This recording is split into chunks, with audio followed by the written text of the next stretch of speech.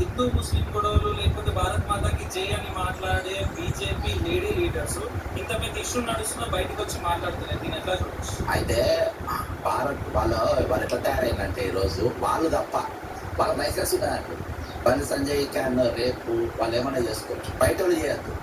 ఎక్కువ బన్ను వాళ్ళు వేరు జిహాద్ అసోటికే వీళ్ళు బయటకు వస్తారు. కాబట్టి వీళ్ళు ఈరోజు ఎట్లా తయారైపోయిందంటే ద్రౌపది వస్త్రహరణ జరిగేటప్పుడు వీళ్ళంతా స్పెక్టేటర్స్. బ్రదర్, నేను వాళ్ళే పోస్ట్ స్టార్స్ అయితే వీళ్ళేమైతారో నేను తెలియదు. అదేందా ఈరోజు పోస్ట్ స్టార్స్ మధ్యలో వీళ్ళు కూడా సంపద పడుతున్నారు. ఇది ఒక పెద్ద క్రీడ లెక్క అయిపోయింది.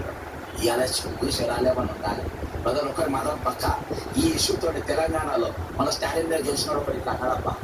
తెలంగాణలో బీజేపీ ఇట్లా అయిపోయింది,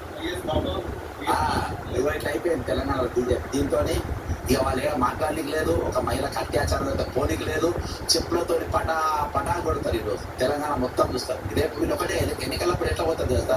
నిజంగా నువ్వు హిందువు అయితే నువ్వు బీజేపీ కోటేయాలి. బండి సంజయ్ చూసి కాదు, బీజేపీ కోటేయాలి నిజంగా నువ్వు హిందువు అయితే.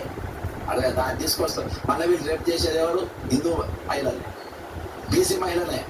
బీసీలకు అన్యాయం జరిగితే నేను వస్తా, రాష్ట్రం అడ్డిగుండంగా మారుస్తా. బీసీ ఎడగనబడతాను బీసీ నాయకుడు. మహిళలకు మీ అక్కనే వస్తా, ఎడగనబడతాను అక్క సూర్ప నక్క. ఎడబడవచ్చు సూర్ప నక్క. శూర్పణఖ అంటే రావణాసు చెల్లె చాలా మంచిది. రావణాసు చాలా బాగా చూసుకుంది. మన శూర్ప ఫాక్స్ అంటారు. మన శూర్పణఖ అన్నని పొడుస్తుంది, తమ్ముని పొడుస్తుంది, బావని పొడుస్తుంది, అయ్యని పొడుస్తుంది, అవ్వని పొడుస్తుంది. ఈ శూర్ప నక్క. నిన్న మా మీడియా వాళ్ళు మాట్లాడుతున్నారు.